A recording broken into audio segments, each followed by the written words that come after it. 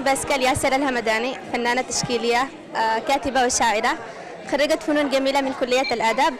طبعا الفن رسالة قبل ما يكون يعني جمالي، فهو يوصل يعني مشاعر، قد يعالج قضايا، قد يوصل يعني رسائل معينة للعالم، قد يعني نحل مشاكل عبر اللوحة، تختصر الكثير من الكلام.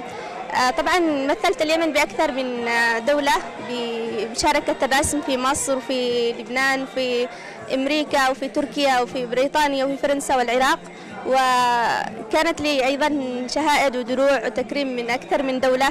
وبرضه كنت من ضمن المشاركين في برنامج Arabs Got Talent، تجربة يعني كالكاستنج في بيروت.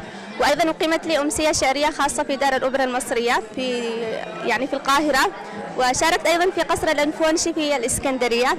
فحاولت أنه أوصل رسالة يعني الفن ووصل تراث بلادي لأكثر من مكان ولأكثر من دولة.